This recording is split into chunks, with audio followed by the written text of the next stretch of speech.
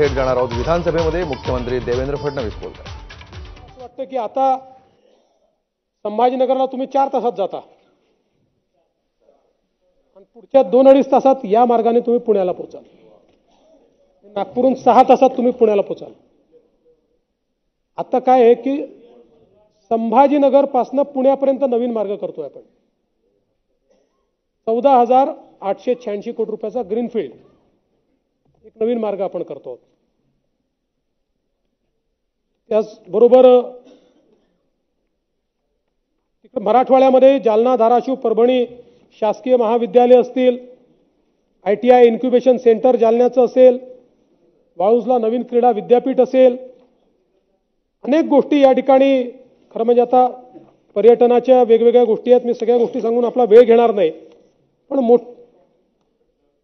पटल्यावर ठेवतो. हो, नक्की.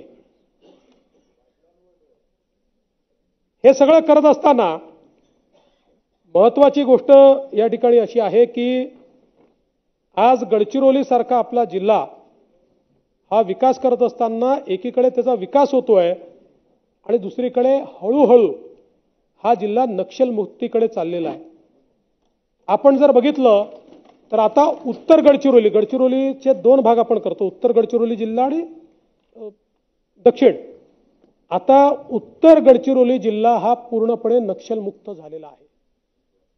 33 माओवाद्यांना कंठस्नान घातलाय, 55 माओवाद्यांना अटक झालेली आहे, 33 माओवाद्यांनी आत्मसमर्पण केलेलं आहे आणि गेल्या वर्षभरामध्ये गडचिरोलीतले 1500 युवक हे पोलीसमध्ये भरती झालेले आहेत. यातले 33 युवक हे नक्षल पीडित आहेत की जे या ठिकाणी त्या परिवारातले आहेत. आणि विशेषतः माओवाद्यांचा जो प्रमुख नेता आहे गिरधर यांनी आत्मसमर्पण तो आणि त्याची पत्नी हे सगळ्यात मोठे त्यांचे नेते होते. आज जे काही दक्षिण गडचिरोलीतलं केडर आहे या केडरची भरती यांनी केली होती आणि मी स्वतः गेलो होतो. यांनी आत्मसमर्पण केल्यानंतर एक प्रकारे दक्षिण गडचिरोलीतल्याही नक्षलवाद्यांची कंबर तुटलेली आहे. कालही 8 लाख रुपये ज्यांच्यावर काय म्हणतात बक्षीस होतं अशा 2 नक्षलवाद्यांनी आत्मसमर्पण केलेलं आहे. त्यामुळे येत्या 3 वर्षामध्ये हा नक्षलवाद पूर्णपणे आटोक्यात आणायचा आणि तो समाप्त करायचा अशा प्रकारचं ध्येय आम्ही ठेवलेलं आहे. महाराष्ट्रामध्ये आता नवीन भरती होत नाही.